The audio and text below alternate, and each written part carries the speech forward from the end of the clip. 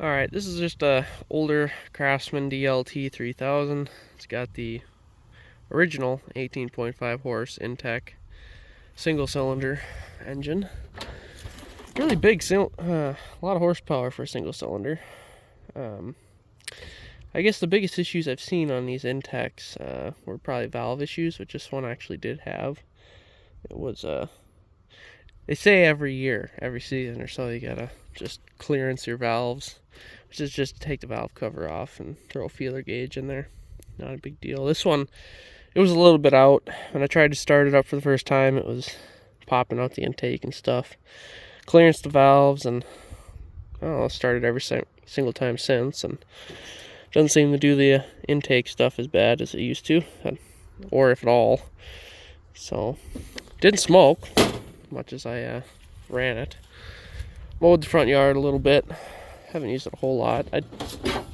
Engine oil was actually good when I got it, so I didn't even bother doing that. Still pretty clean.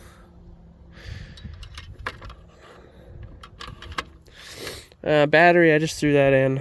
I just had it on the shelf since last year, so I don't know if that isn't the buy date. I probably bought it later in the year. Just had it sitting. Works fine though. Check charging, that works. Blades are actually pretty decent on this. Looks like they were replaced.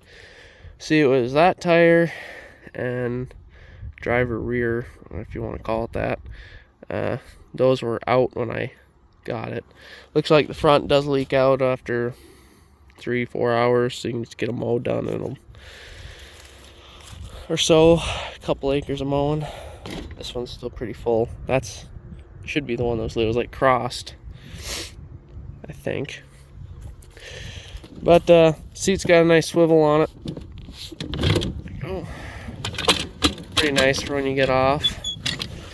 The sensor's still hooked up, so you gotta sit down, and you could just disconnect that and make it work.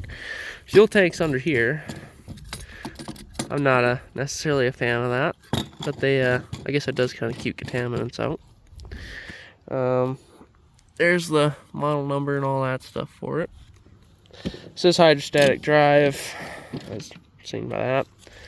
I don't know, for me it's kind of a close mix up between foot control hydrostatics and these.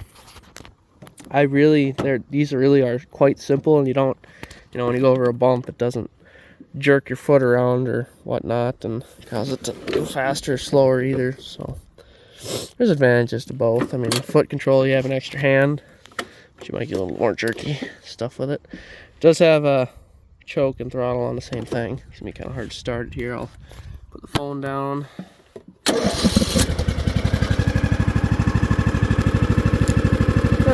It was already running, but I've started up cold a couple times. Seems to fire up just like that most of the time.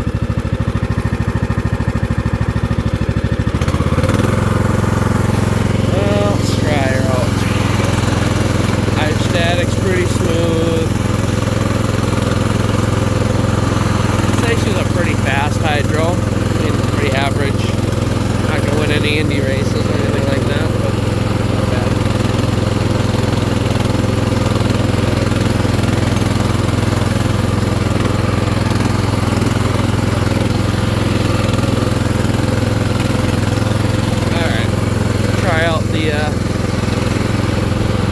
Deck here.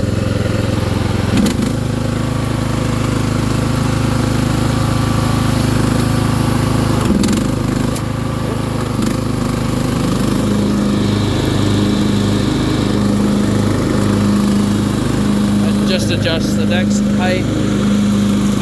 Pretty quiet. When I looked underneath there, the belts seemed good. Obviously there really isn't much to cut. It's still pretty dry earlier in the year.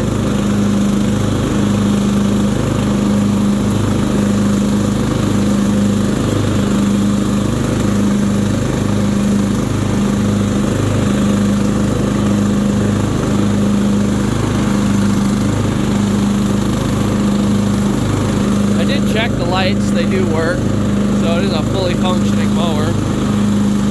I don't think there's anything wrong with it.